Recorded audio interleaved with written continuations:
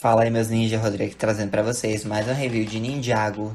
Dessa vez, temporada 15, episódio 22, Corajoso, porém tolo. Quem narra o título do episódio é o Lord Garmadon, né? E o episódio já se inicia com a Ilha de Cristal, que continua pairando sobre Ninjago City, né? Os cidadãos estão sendo cercados e atacados pelo exército de cristal, ou seja, virando zumbis, né?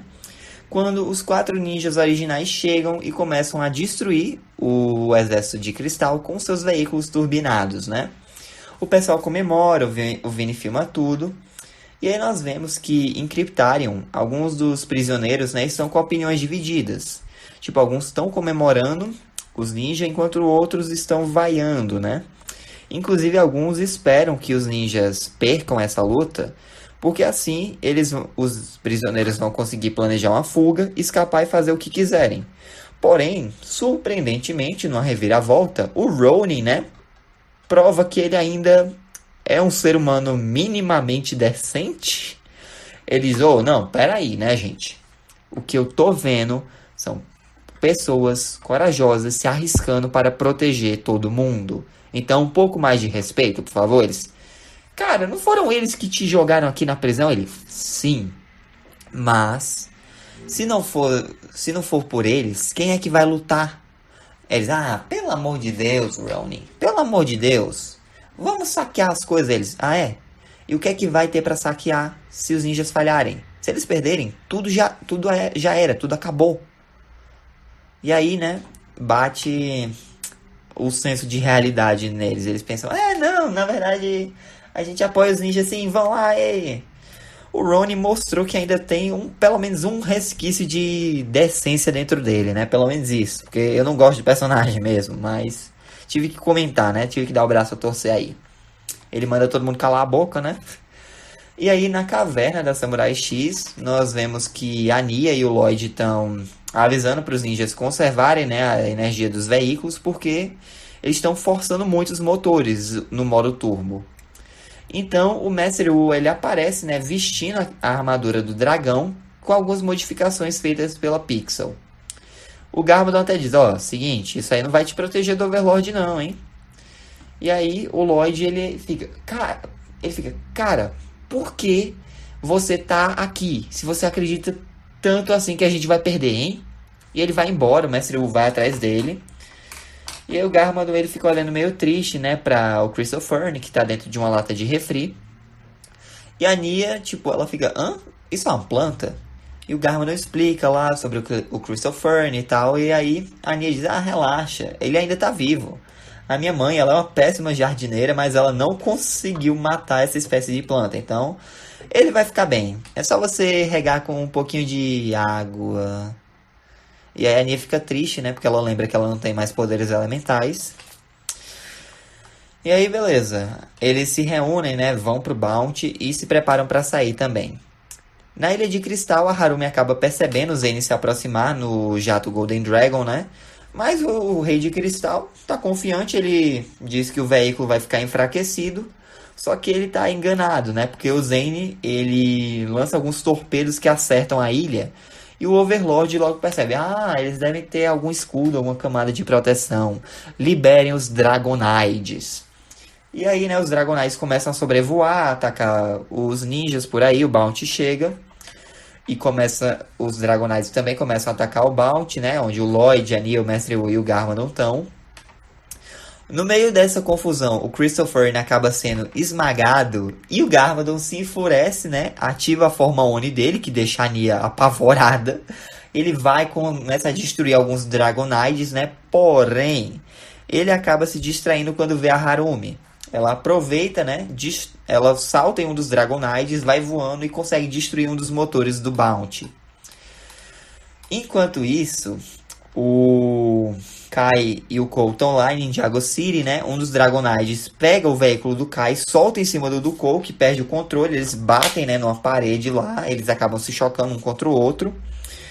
O jato do Zane, ele meio que é destruído, arranca uma parte da asa, começa a despencar.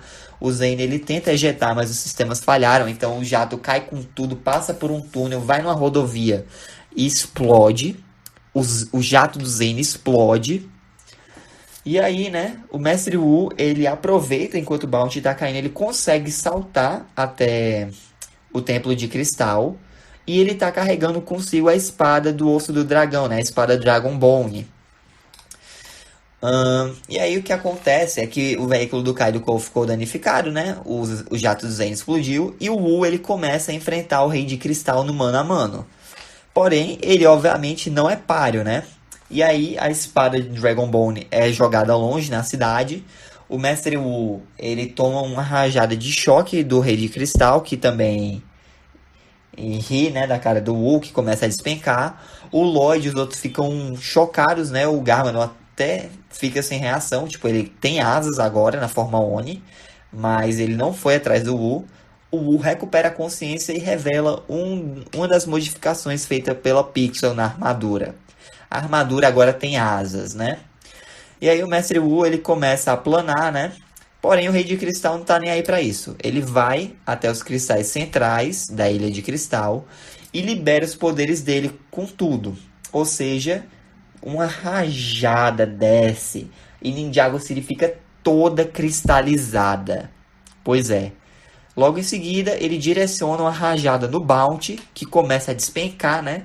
O Lloyd ele até tenta acionar o freio, o Jay ele fica olhando, né, incrédulo pro Bounty, ele acaba se acidentando em um cristal e a gente acha que o Jay desmaiou porque não mostra o que aconteceu. O Lloyd consegue acionar o freio do motor, porém o Bounty é partido ao meio. A Nia ela fica em uma metade e o Lloyd e o Garmadon ficam na outra. Então a parte que o Garmadon e o Lloyd estão cai na cidade e explode também. E o Rei de Cristal apenas senta no trono e declara que o fim acabou de começar. E assim se encerra o episódio. Pois é, eu vou admitir, eu gostei desse episódio. A batalha do contra o Rei de Cristal é uma das melhores lutas animadas do desenho, na minha opinião. A Wild Brain se superou. E a gente tá vendo, né, o nível da ameaça. Inclusive, quando o Garmadon tá falando sobre o Crystal Fern, né, sobre como ele falhou com a plantinha, queria que ela crescesse, se orgulhasse, dá pra ver um paralelo ali com o Lloyd, porque, querendo ou não, a plantinha é como se fosse o Lloyd pra ele. Ele queria cuidar do Lloyd, queria protegê-lo, mas não conseguiu, e aí decepcionou ele, a plantinha ficou magoada, né, no caso o Lloyd. E agora a gente vê, né, que indiretamente o Garmadon ele faria sim de tudo por ele, embora ele esteja mudado, porque ele tá ainda tentando, né? Porque assim que, ó, pro público fica perceptível que o Garmadon tá usando o Christopher como uma metáfora pro Lloyd. Só que o personagem, como ele ainda tá reaprendendo o que é bondade, essas coisas, ele associa esses sentimentos completamente à planta e não com o próprio filho. Por isso que ele age com indiferença perto do Lloyd, enquanto o Lloyd ele tá frustrado, tá com raiva do Garmadon por tudo que aconteceu na trilogia Oni, né? Se bem que aquilo é culpa da Harumi, e, enfim. Trivia, não tem muito o que comentar sobre esse episódio. Na parte de referências culturais, o título do episódio é bem semelhante a uma frase que o Conde Dooku fala pro Mace Windu em Star Wars Episódio 2, Ataque dos Clones, é um filmaço muito bom. A cena em que o veículo do Kai, né, o Golden Dragon Raider, acaba aterrissando no topo do Dragon Cruiser, que é o veículo do Cole, é uma referência a uma das primeiras cenas do filme Carros da Pixar, onde o corredor Claude Scruggs, né, o carro número 52, acaba aterrissando na cabeça do Todd Marcos, que é o carro 123, e eles ficam derrapando, tipo assim, ó, um em cima do outro.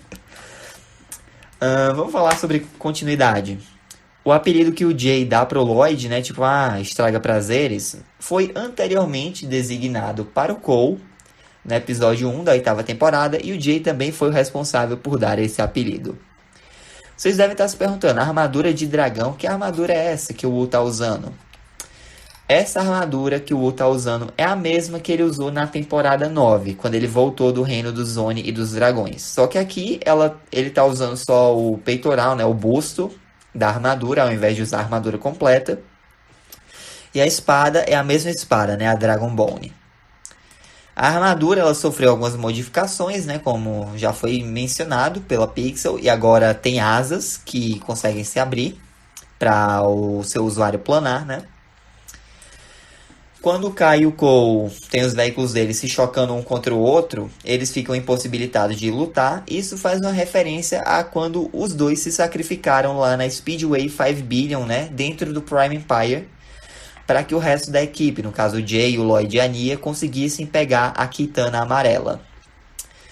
Assim que os veículos se chocam, né, pouco antes da tela escurecer, nós conseguimos ouvir o grito do Cole. Porém, isso é só na versão original. E o grito, né, não é o do Andrew Francis, a voz atual do Cole, mas sim do Kirby Morrow, o dublador, o primeiro dublador americano, né, do Cole. Eles ficam reutilizando algumas vozes. A cena em que a espada Dragonbone é derrubada das mãos do Wu, acaba caindo na cidade, faz um paralelo a quando o Imperador Garmadon desarmou Lloyd na temporada 9. Inclusive, eu acho que é a mesma espada. E para quem está contando, né, o nosso queridíssimo Bounty do Destino não consegue uma trégua, pois é a quarta vez. É a quarta vez em que o Bounty é destruído. Pois é, vamos ver se vocês têm a memória tão boa quanto a minha. Temporada 1, episódio 13, foi destruído pelo Grande Devorador. Temporada 2, episódio 12, depois de tomar um disparo lá da Garmatron, né?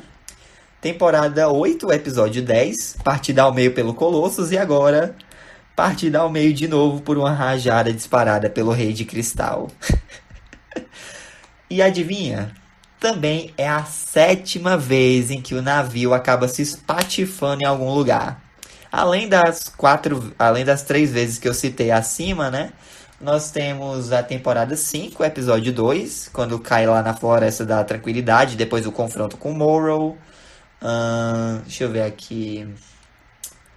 Temporada 7, episódio 6, quando os Guerreiros Vermilion derrubam, né, o Bounty, que estava lá perto do Templo de Erjitsu.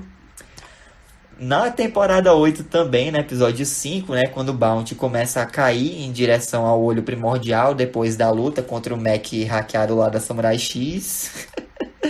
Ai, esse navio não tem um dia de descanso, né, minha gente? Coitado, o Bounty só sofre. Enfim, o Overlord, quando tá lutando contra o Mestre Wu, ele acaba relembrando a primeira vez em que ele foi banido, né? Quando o primeiro Mestre Spinjitzu, ele dividiu o continente de Ninjago, né, em 2 metades. A ilha principal de Ninjago e a Ilha das Trevas. Inclusive, essa informação já foi revelada antes na série, lá na temporada 2, episódio 7. E é isso, né, gente? A temporada tá se encaminhando para um final. A gente só tem mais 8 episódios de 15 minutos, ou seja, pouquíssimo tempo para eles amarrarem as pontas soltas. E eles vão abrir mais pontas nos próximos episódios, né? Então, eu não sei a essa altura do campeonato como eles conseguiriam salvar essa temporada. Porque tá difícil. Mas é isso, essa foi a review, espero que tenham gostado. Deixem um like, se inscrevam no canal e ativem o sino para não perder nenhum vídeo novo. Fiquem com Deus no coração, Jesus chama. Um forte abraço, até a próxima e cenas dos próximos capítulos serão intensas. Tchau! I'm gonna do this on my own. No point in blaming you, you did not know. I thought you were the one for me. That's why I give you every